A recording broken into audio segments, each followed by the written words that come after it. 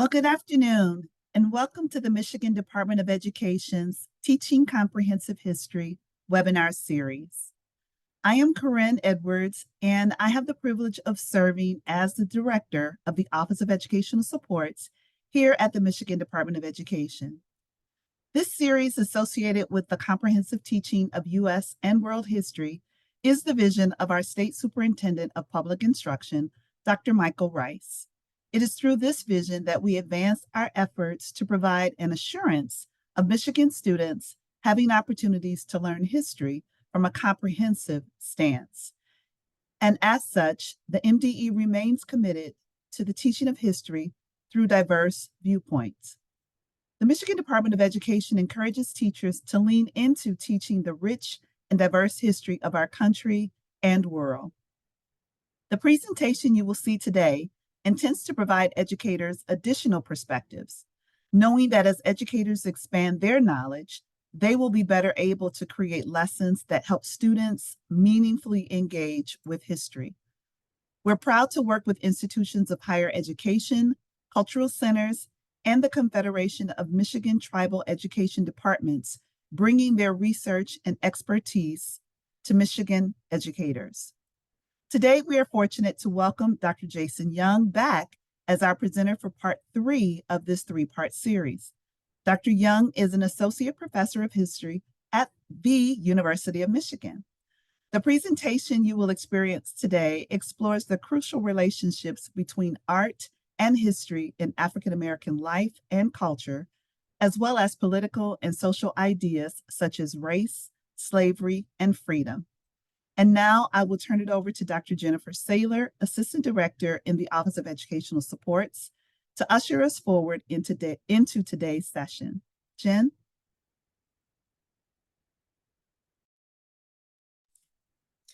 Good afternoon, and thank you, Dr. Edwards, and thank you for joining us. My name is Jen Saylor, and I serve as an Assistant Director with the Michigan Department of Education. We are thrilled to have all of you in attendance as we continue the Teaching Comprehensive History webinar series. Teaching Comprehensive History webinars are intended to lift the knowledge of educators so that in turn, you may provide opportunities for students to inquire, think critically, and explore history from multiple perspectives you may also have not heard before. As you listen today, you are invited to explore these opportunities to take new learning, insights, and ideas to your communities. Dr. Jason R. Young teaches and researches in the fields of 19th century United States history, African American history, and the African Diaspora.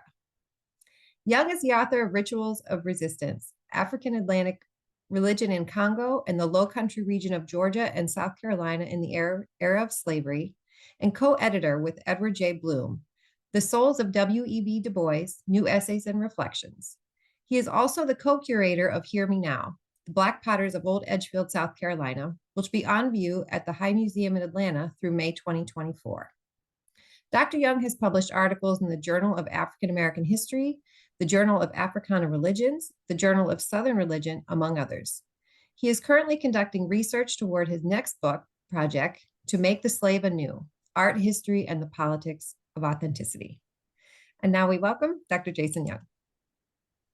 Thank you so much. I really appreciate the introduction, and I've been having such a good time during this series. It's hard to imagine that we're already in the third and final part of the series, but I'm really looking forward to the conversation today.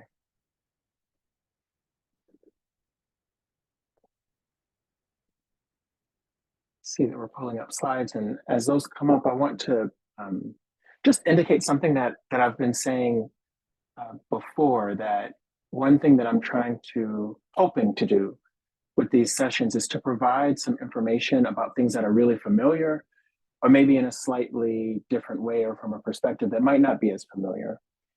Along the way, especially today, I've added a number of resources that are designed specifically for thinking about how this material might work in the classroom. And so I'm really looking forward to sharing the material, but also sharing some of these supplementary items as well, in hopes that they'll be as helpful to you as possible. Next slide, please. As was mentioned earlier, I am part of a curatorial team, a three-part curatorial team that has been, over the last 2 years, following this museum exhibition that we curated. It opened at the Met Museum in fall 2022, and it's now at the High Museum at where it's going to be closing in May. So just a little while now, a little bit less than 2 months from now, the exhibition will close in May in Atlanta. And it's traveled through the Museum of Fine Arts Boston. It was here at the University of Michigan, at the University of Michigan Museum of Arts for a time. And now it's starting to close its run. So in many ways, this conversation is, for me, a kind of closing of the show, as well as closing some of these ideas and concepts. Next slide, please. This is a picture of both of the run of show, starting in 2022 and running through 2024 at the High Museum. And you see there pictured with me are my co-curators, my kind of partners in crime. Adrian Spinozzi on the left of the screen is a curator at the Met Museum, and Ethan Lasser, who's at the right of your screen, is a curator at the Museum of Fine Arts Boston. We came together on this project really coming from wildly different perspectives. I was interested in the history of some of this material. Adrian Spinozzi is a curator of ceramics, and Ethan Lasser is a curator, interestingly, of contemporary artists primarily. And we had been coming together for quite some time with similar interests, but from a different perspective. And the product of our collaboration has been Hear Me Now. Next slide, please.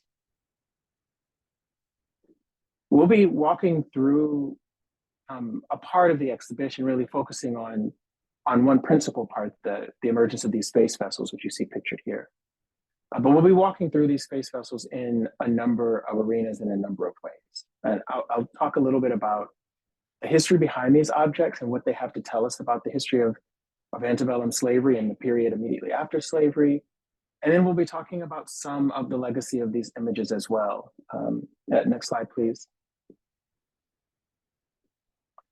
In this slide, you'll see those of you who were with us at some of the earlier iterations of this series will recognize some of the faces that you see on the wall. This is a photograph, a picture of a part of the exhibition as it was displayed at the University of Michigan. Again, those of you who were here with us before know that these are pictures of people who survived an illegal slave ship run in 1858. In that year, a slave ship named the Wanderer illegally brought a cargo of captive Africans into the United States some 50 years after the transatlantic slave trade had been made illegal.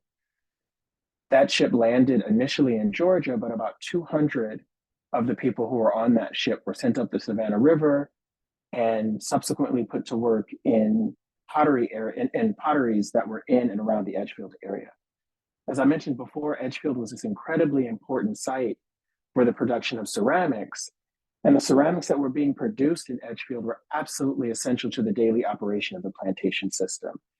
These ceramics were used to store meats, to store liquids. They were used for the carrying of meats and liquids. They were also used for dinner service. And this, of course, was a time before plastics became widely available as a kind of storage item. But it's even before glass becomes widely available as a kind of consumer product that people can use to store food and goods and the like. And so during this period, during much of the 19th century, and certainly in the early part of the 19th century, if you ate from it, or if you sipped from it, if you used it for any kind of storage, food storage and liquid storage in particular, that would have been ceramics. That was the vessel that was used for that kind of material. And so in and around Edgefield, you find ceramic production happening at a huge level. It's really at an industrial scale. The ceramics that are produced there, the jugs and jars and bowls that are produced there, are sent all around the South and used in support of the daily operation of plantations. The people who you see pictured here were sent in and around Edgefield area potteries in the western part of South Carolina to help in the production of these ceramics. The photos that you're looking at, though, were taken in 1908. Next slide, please. This is another photo of the same. These photos were taken in 1908 when a group of anthropologists traveled to Edgefield, South Carolina, in search of the last Africans to arrive in the country. They were interested in what aspects of African culture survived the transatlantic slave trade and what part of these folks' lives in the early 20th century were reflective of their African ancestry. And as it happens, many African words and customs and ways of being were being preserved as late as the 20th century, so much so that we have a very clear idea of where the wanderer would have gotten these people, where they would have captured these people in order to bring them across the Atlantic. We know that largely because of some of the words that were still in use, and we can track back the use of their vocabulary and syntax and grammar to an area that is in West Central Africa, in what is now the Democratic Republic of Congo. And so these folks were coming from the Congo in the late 1850s, captured illegally, smuggled into the United States.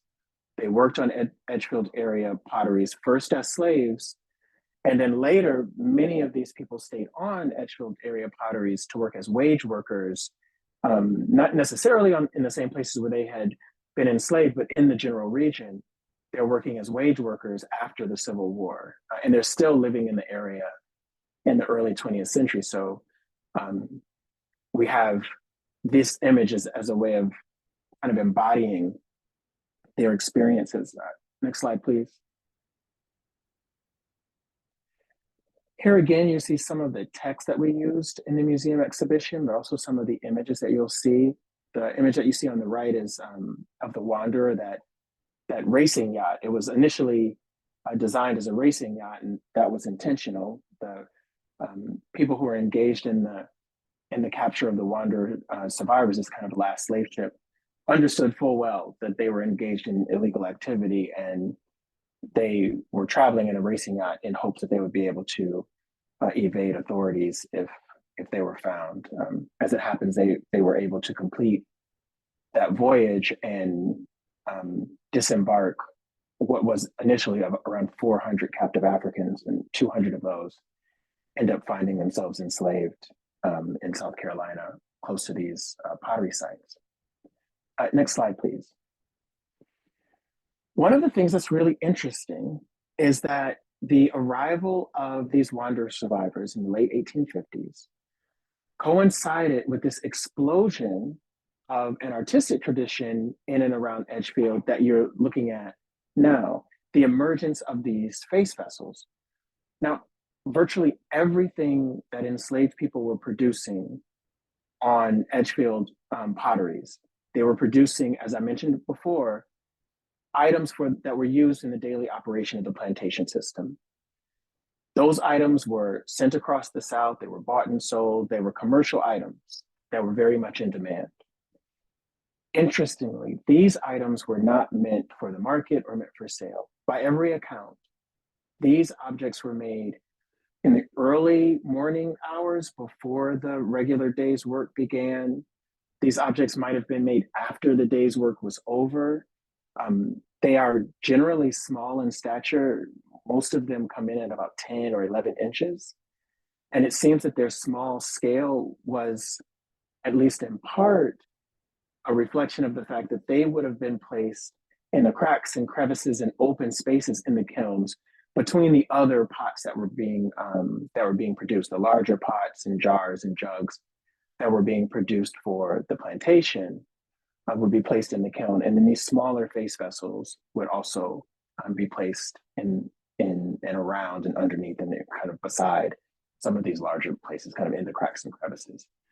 And so we have this kind of body of material that emerges, and it explodes really during this time, coincident with the arrival of these wanderer survivors. Next slide, please.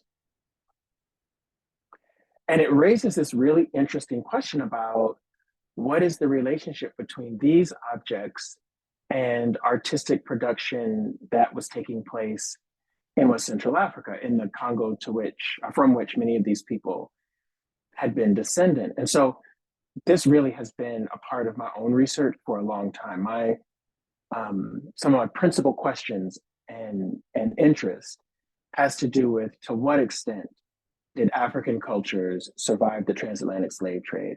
What can we say about language, aesthetics, art, religion, in African American contexts that have a kind of root and analog in African cultures? So this is really the material that is kind of heightened my interest. And it just so happens, next slide, please, that there are really interesting connections between Congolese or West Central African artistic and ritual objects and the emergence of these face vessels. I'll say just a couple of things as a way of talking about the connections. A way of talking both about the connections and the disconnections. I actually think that both are important. The connections that we find between these objects are really important, and the disconnections that we find between these objects are also really important. So one of the things that you note immediately is that there's a body of ritual objects that are produced in West Central Africa, in the Congolese region. The medium for those objects is primarily wood, as you see here. These are wooden objects that are used in Congo for performing a whole range of activities and functions that we would consider both medical and ritual. So people who had medical concerns or that they wanted to address, or trying to seek the healing of a loved one, they would go to a ritual expert who would then use these objects to help find medical solutions, what we would call medical solutions to problems. But you would also go to ritual experts and engage with these objects to address all sorts of other kinds of concerns, concerns about a lost love, or concerns about spiritual well-being, to communicate between this world and the next world. You'll see that these objects have sharp blades and nails that are inserted into them. Hollywood has created from these objects the kind of worst stereotype that we might imagine in the form of voodoo dolls, for example, where you stick a pin and it causes someone pain elsewhere. That stereotyped image of the so-called voodoo doll has done an incredible amount of harm to our understanding of how these objects actually worked. Rather than kind of sticking a needle in order to cause pain to a person, these objects are called inkisi. These objects operated much more like the way that we might think of contemporary contracts and kind of contract law. That is to say that once a client came to a ritual expert to perform a function, when that function was successfully completed, or as a way of kind of striking that contract, to initiating that contract so that it will be successfully completed, you'll enter a nail into the body, and that activates the body of that ritual object and moves it to action so that it can successfully complete whatever it's been meant to do. What this means is that if you see these inkisi, if you see them with lots of nails or sharp edges kind of hammered into them, you know that this is an object that has successfully completed a whole range of contracts, that the more successful ones will have more nails in them.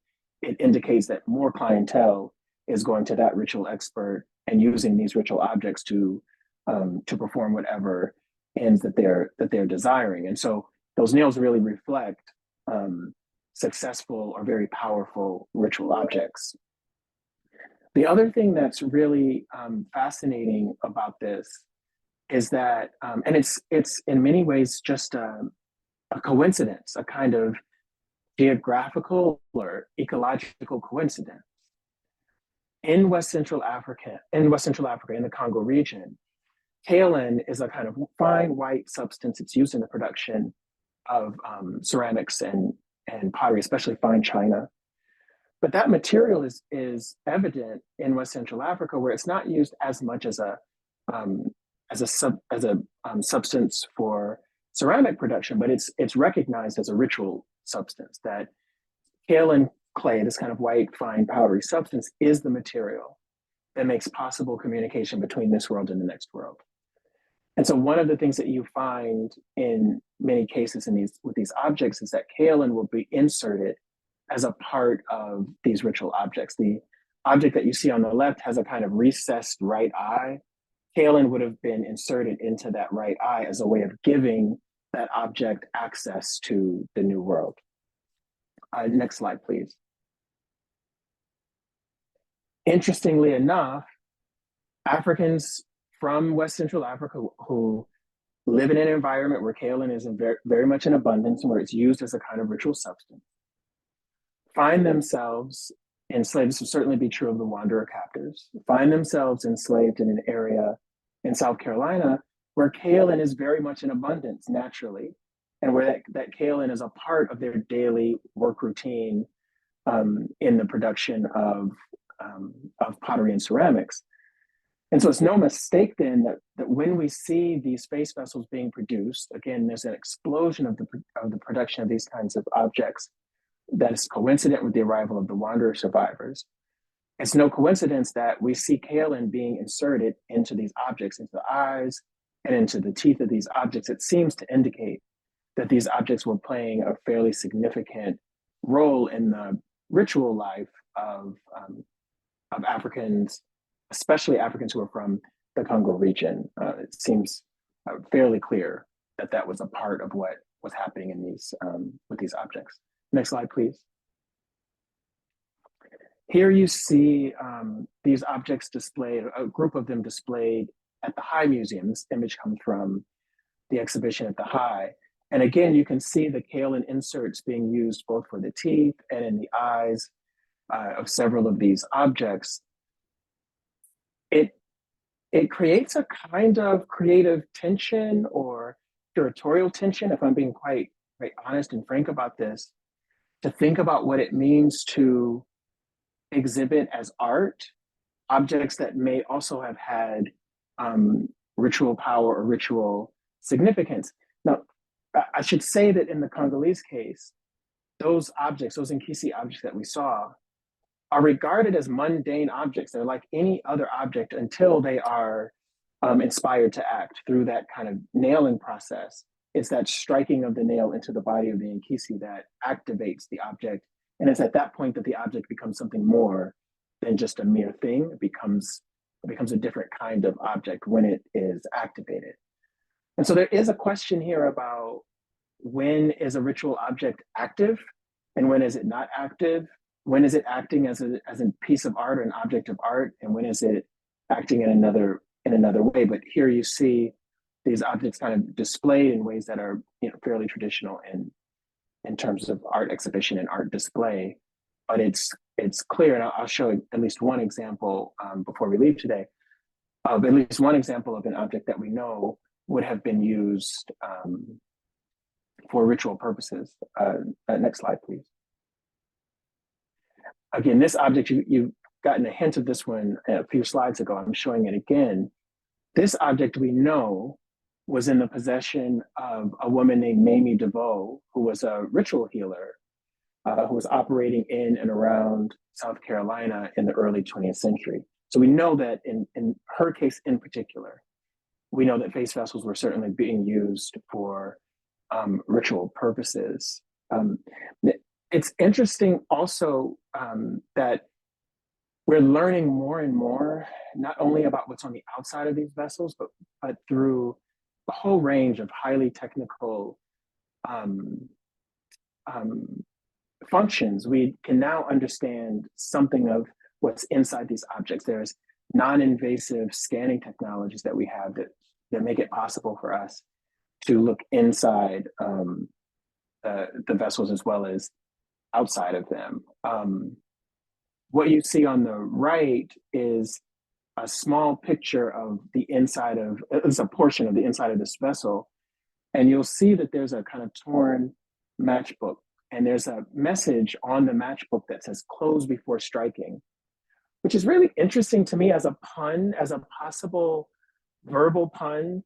We know that the Nkisi that I discussed just a moment ago are activated when you strike a nail or a blade or a sharp object into the side of them. And when I see this kind of matchbook that says close before striking, it seems to me that there might be a kind of verbal pun happening in this object as well. Next slide, please. The other place that we find these face vessels and ceramics being used more generally is in funerary ritual, African American funerary ritual. On both sides of the Atlantic, in Congo as well as in the Carolinas, you find pottery, and in some cases, face vessels being placed in and around these grave sites. So the grave site that you see to your left is close to the Santee River in South Carolina. The grave site that you see on the upper right is also from South Carolina. But the one on the bottom right comes from, it's a drawing that comes from a description of Congolese funerary practice that was happening at roughly the same time on both sides of the Atlantic. So on both sides of the Atlantic, ceramics are being placed as a kind of, not only as a decorative object, but also as an object of significant ritual power on the tops of grave sites.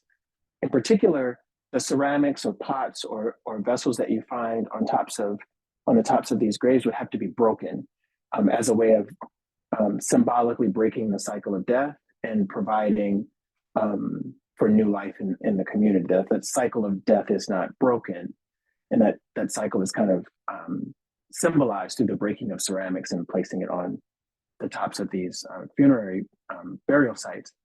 If it's not broken, then death could proceed and progress in the community in ways that would be harmful. Next slide, please. So at bottom, then, these objects are really quite remarkable. They are coincident with the emergence of these wanderer survivors. It's clear that at least some of them are used for ritual purposes, and they've since emerged as these incredibly interesting and highly desired objects of art. But their legacy goes beyond that. Next slide, please. Another thing that we found in the work that we've been doing around this exhibition is that contemporary artists have been finding great inspiration in the face vessel tradition. You see one extrapolation, one amplification of the face vessel tradition here. We'll talk in more detail about this one in just a moment. Next slide, please. Here's another view of that same object and the artist, Simone Lee, who is an absolutely brilliant artist. I wanted to include a bunch of links to her and her work and her life. She's been working, she's a brilliant artist for a number of reasons. One of them is that she works at great scale. Many of her sculptures take on kind of monumental power. And she's been, in the last few years, catapulted into the kind of rarefied air of highly desired artists, contemporary artists, and she's enjoyed an incredible amount of success in recent years.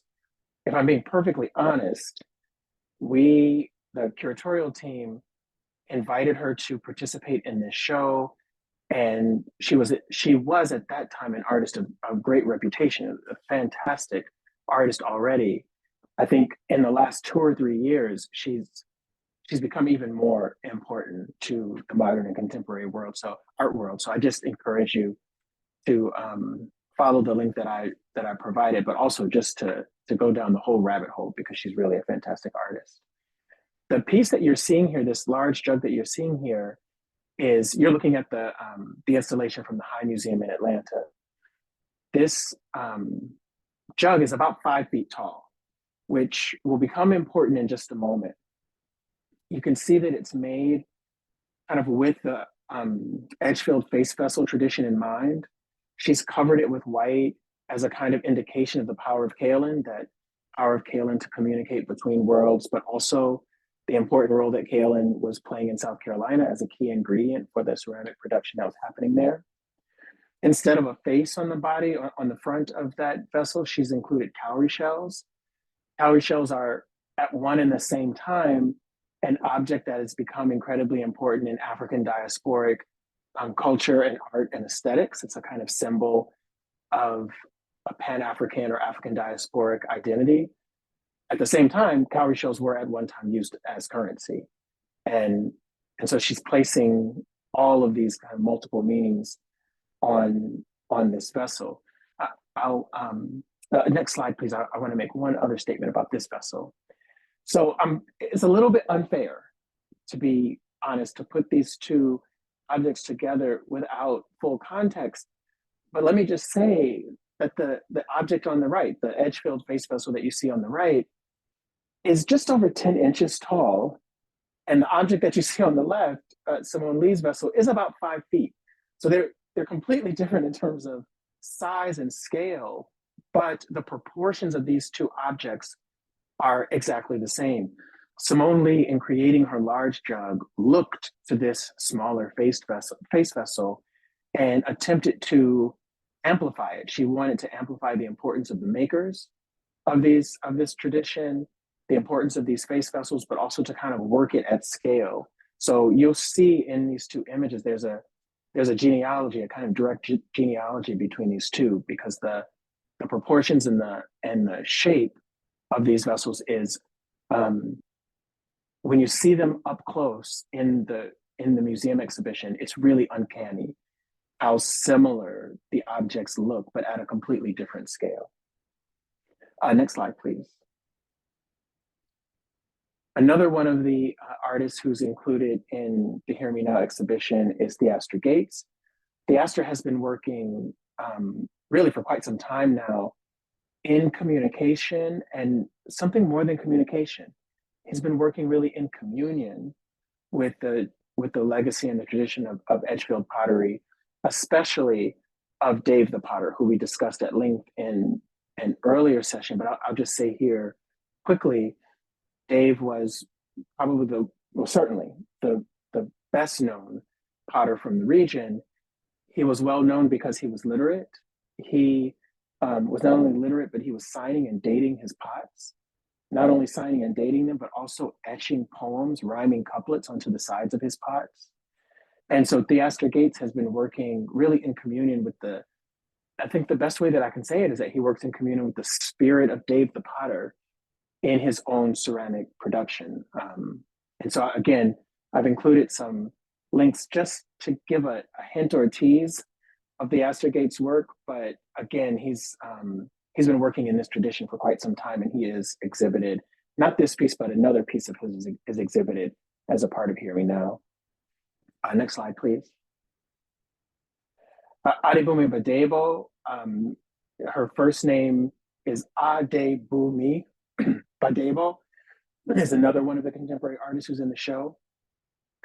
She's actually descendant from people who were enslaved at True Blue Plantation, which is not in Edgefield, but not too far. It's also in South Carolina, not too far from Edgefield. And as was the case with many plantations, True Blue Plantation had an area on site, kind of away from the main plantation productive spaces, an area off site, a little bit further away, that was used for a burial site, for a kind of cemetery for enslaved workers there. Bunmi's ancestors who worked at True Blue were buried in that site.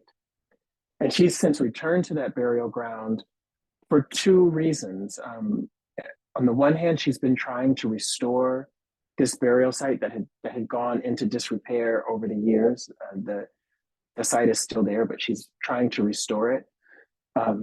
Some of the grave sites at True Blue did have some sort of head markers. Some of them are wood markers, some are stone markers that were used. But even the stone markers are now 2 to 3 feet under the ground. And so Bunmi, in kind of digging in this area, has restored some of those markers and tried to bring them back to some sort of repair.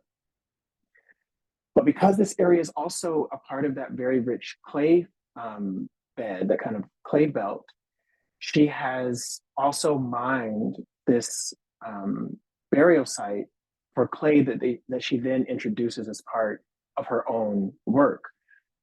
I don't have any other way to say this except to say that Blumi's ancestors who were buried at that funeral site and that burial site, they have since returned to the soil after so many years.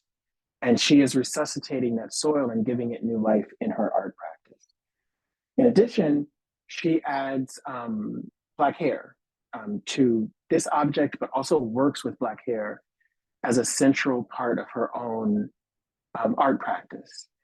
She's talked at length before about her own frustrations as an art student, in which she came to recognize that notions of beauty and aesthetics and high art were all wrapped up in a Western artistic tradition that was at bottom deeply racist. The idea of what was considered beautiful and what was good and what was high art was closely connected with what it meant to be white and what it meant to be descended from and engaged in Western European cultural traditions.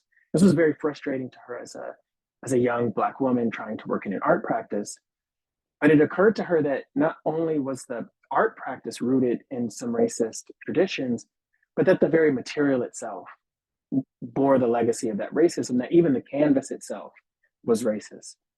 And so she started to look for another kind of material that she could use that didn't always already invoke that tradition. And the material that she found was Black hair, that she collects at beauty salons and in barbershops and anywhere else she can find it. And she's used Black hair as a kind of elemental substance that she creates all kinds of things with. She makes paper out of Black hair, and she does a whole range of things out of kind of Black hair traditions. And so she's, again, I've included some links. She's a fantastic artist. I encourage you to become as familiar as possible with her work. All of those contemporary artists are included in the show. Next slide. At the same time, one of the things that the show has had to do, and this hasn't been the easiest part of the conversation, but it's been in some ways a deeply important part of the conversation, is to think about the broken chains of, in a number of ways, the broken chains that are implicated in this show. That is to say that enslaved African Americans were engaged in a productive practice in and around Edgefield that produced material that has since become recognized as exceptional art, as an exceptional art practice, even though that art practice was created and constructed under duress, under a system of slavery for which violence and the threat of violence was the basic grammar of that system. And so what do you do with art that was produced under significant circumstances of duress or slavery, but that has since become traded, bought, and sold on an increasingly competitive art market that is very much interested in this material? How do you engage in practices of repair given that history and that legacy? So I'll talk a little bit about that in the final section. Next slide. One of the things that we did in Hear Me Now is try to amplify the enslaved workers who were operating in and around these Edgefield potteries. What you see here is a compilation of a whole range of historical documents. And so I want to be very clear about this, that when you look at this object, this list of names, this wall of names, you're not looking at one historical document, you're looking at dozens of historical documents that have at some place, at some time, collected or recorded the name of one of the people who was enslaved and working in and around Edgefield pottery. So you're looking at documents that were initially estate sale documents or plantation diary records or criminal court cases. This is not a list, to be sure, of all of the people who were working or who were enslaved on Edgefield area potteries. This is just a snippet. These are just the names that have come down to us through the documentary record. If you look closely, you'll see that for some of the people who are working in this area, we know their first and their last name. Some people, we only know their first name, we don't know their last name. You'll notice that for some people, we know what year they were born and what year they died. Other people, we don't know what year they were born, but we know what year they died. Some people, we know what work they actually did on the plantation. We know what they are engaged in. And so others, we don't know what work they were actually doing there, but we know that their name was recorded at some point. You'll notice that one of the people has come down to us recorded through history as Bois, and that's the way that they were recorded in the historical record. You'll also note that we have included blank lines with the phrase "Potter once known." I want to talk a little bit about that intervention and why it was so important for us. The typical or traditional practice in museum exhibitions is to say anonymous. If you don't know the name of an artist, you'll put an anonymous or unknown artist if you don't know who actually produced the thing. We felt that that was just not sufficient for what we were trying to do with this show, because it's not that they were unknown, and they certainly weren't anonymous. These are people who lived in communities, they loved and were loved. The fact is, we don't know their names, but that it falls to us that we don't know who they were, or that the historical record didn't care enough to maintain their names over long distances of time and geography. But that fault is really our fault. It's no fault of the person who we're trying to honor with this wall of names. And so rather than referring to them as simply unknown or as anonymous, we instead use this phrase "Potter once known" and included a blank line in front of it, hoping that with continued attention and education and research, we might be able to fill some of those blank lines, but knowing that even if we are never able to fill those blank lines, we are at least trying to hold space for the people who are engaged in production in and around Edgefield. Next slide, please. The other thing that we're trying to think through are the kind of broken chains of provenance. Provenance is a very important term in the museum world, and it's a term that is used to describe how an object came into the possession of museums. As you know, the way that some material, historical or artistic material, ritual material, has come into the possession of some museums is unethical at best in some cases. And museums are trying to repair those processes and trying to think through what an ethics of care looks like for material that comes into its collection.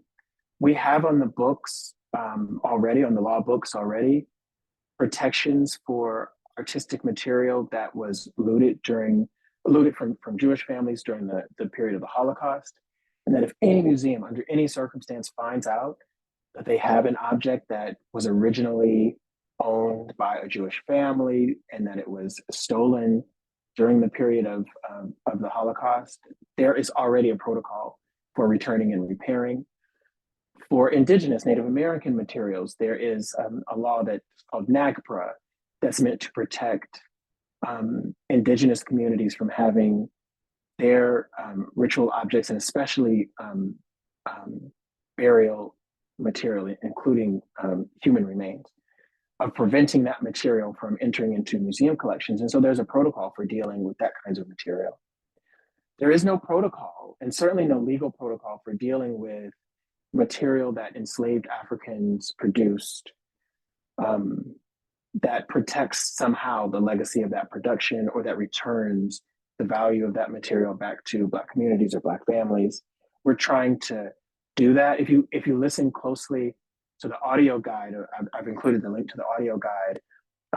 We included the voice of David Mack, who is himself a potter, but who's trying to put legislation in front of Congress to think through ways that we can engage in repair work at the level of commercial exchange. His idea is to apply a fee or a tax to any Edgefield area material that, when it's bought or sold, this fee will go to repair and to redress. He's trying to get that legislation passed. But we are thinking really seriously about what repair and redress looks like as a way of trying to fix these kind of broken chains of ownership and provenance and production that is a part of the story of Edgefield. Next slide, please. Another thing we've done is we've engaged the family through through a really intrepid research by independent researchers, by a range of independent researchers. One in particular, April Hines, is an independent researcher who was able to identify the descendants of Dave the Potter. And so we've reconnected with the descendants of Dave the Potter, and they have been touring with this show as it's been moving. They were there in New York and in Boston. They came to the University of Michigan. I just met with them a couple of weeks ago when the show was at the High. I just saw this family a few weeks ago. And we've been working really closely with them to open up conversations just about what it means to engage in repair and redress and to think through what the legacy of this material and these objects are. Next slide, please. The other place that we found this legacy of repair is in the responses, the overwhelming responses of visitors to this museum exhibition.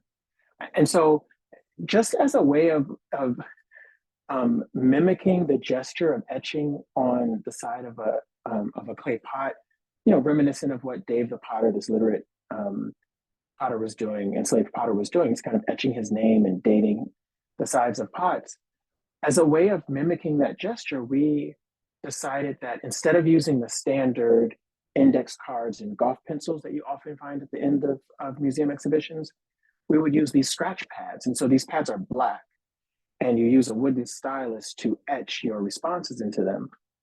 That minor gesture of changing that material from the index card to these etching cards created this incredible reaction from visitors. Boston receives thousands of these. Response cards are placed on the wall right at the end of the exhibition. They're holding more than 6,000 of these cards. Here at the University of Michigan, we collected at least as much, if not more. Atlanta is also collecting them. And they've been really poignant, powerful interventions. The viewers and visitors of the exhibition have been really affected by the show, and they've been articulating the way that it has affected them, even in their responses. And so at some point, we're going to collect all of these response cards and do something with them to make them, we have in mind a kind of digital humanities project that would digitize all of these responses and then make them searchable and available online. The last thing I'll mention, and this is the last slide, please, is that along with the museum exhibition, we've also published an exhibition catalog. And so there's a link to the catalog. It includes articles that were written by the curators. I was able to interview Simone Lee, and my interview with Simone Lee is also included in this catalog. I've used this catalog in classes as a way of helping students to and through some of this material, and it has worked fairly well in the classroom setting. And so I'm at the end, not only of my presentation today, but at the end of the series, I just want to take some time to thank the Michigan Department of Education and to thank Renee and Jen and Scott and everyone who was so absolutely critical to the success of this program. And Dr. Edwards has been fantastic. I really, really do appreciate your willingness to sit through this series and to take this journey with me. I'm more than happy to answer questions if we have time, but I'll leave that to the folks in charge. Thanks again so much. I really, really had a great time.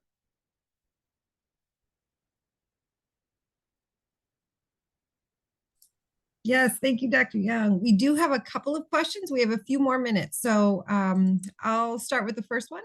You mentioned that the power figures have been misrepresented as voodoo type dolls.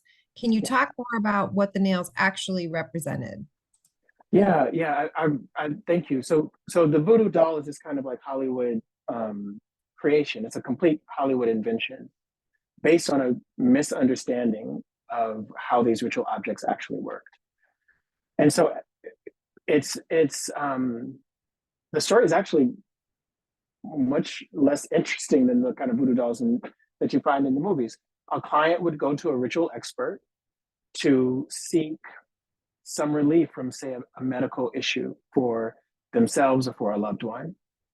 And the way that you activate these objects, the way that you get them to do your bidding, to engage in this kind of the spiritual work that they do, the ritual work that they do, the way that you activate them is by driving the nail into them.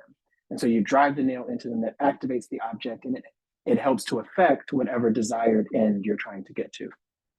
And that nail stays in the body of that object as an indication of a successful conclusion of that client's concern. And so if you see these ritual objects that have dozens and dozens and dozens of nails in them, then you can be sure that this is a really effective and powerful object, because it has successfully concluded a whole range of different concerns.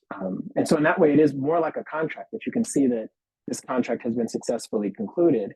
When you see one of these objects with lots of nails, you know that it's a really powerful object. Thank you. And we have one more. At 5 feet tall, the size of Simone Lee's pottery seems enormous. Is there a significance to working at that scale? And do you know what that process is like? That is great. That is such a great question, because this is something that I wanted to talk about, but you've given me a chance to talk about it. Some of Simone Lee's, when I say she works at scale, some of her objects, some of her sculptures are 2 and 3 stories high. So 5 feet is actually pretty small for her. She's worked at scale, huge monumental scales. And in the interview that I did with her, I asked her about what it means to work at scale. And she says that she often feels like her hands are kind of clumsy and stubby, that she walks through life kind of tripping over her own feet sometimes. But when she's working at scale, it turns her body, which she kind of experiences as kind of clumsy in some ways, it turns her body into a fine tool. And when she's working at that large scale, she becomes the fine tool that can sculpt with great precision, partly because she's working at this really fantastic scale. It's a wonderful way to think about embodiment in art production, I think. Thank you so much, Dr. Young. And I have to say, personally, as an art history undergrad major, I have learned so much from you over these past 3 sessions personally, that I have never known before. So thank you so much. Your work is important to Michigan's educators and leaders, as it truly supports how we may teach comprehensive history within our classrooms. We sincerely appreciate you creating this presentation in support of this important work with the Michigan Department of Education. And thank you to the Michigan Department of Education Teaching Comprehensive History team for their work in moving this webinar series forward. Thank you to our attendees for listening and learning with our team throughout this season's webinars. Dr. Rice reminds us that as members of a diverse state, nation, and world, school staff and students need to know our rich, complex history.